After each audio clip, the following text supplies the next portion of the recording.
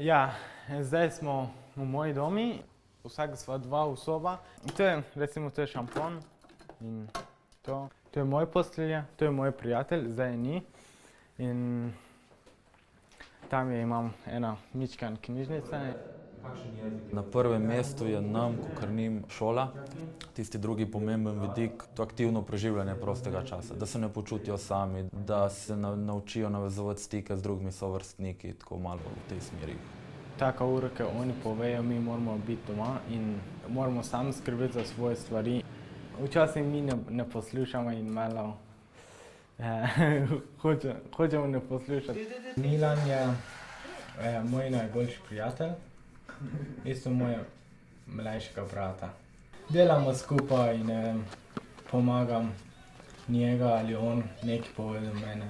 Jaz si želim, da Erfan ne gre, na primer, v Francijo, v drugo državo.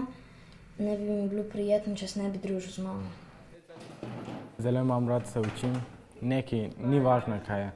Meni je bilo težko, ker sem bil v Iranu, samo sem delal.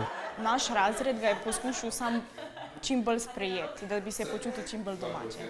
In tudi, ker tu ni njegov roden kraj, nima družine kle in nismo ga hoteli prizadeti ali pa kaj takega.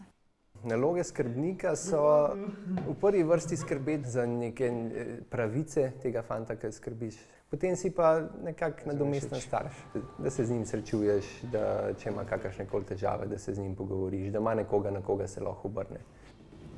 Za prihodnost ne vem še, mogoče bom igralec in bom ostal v Sloveniji in tukaj bom živel.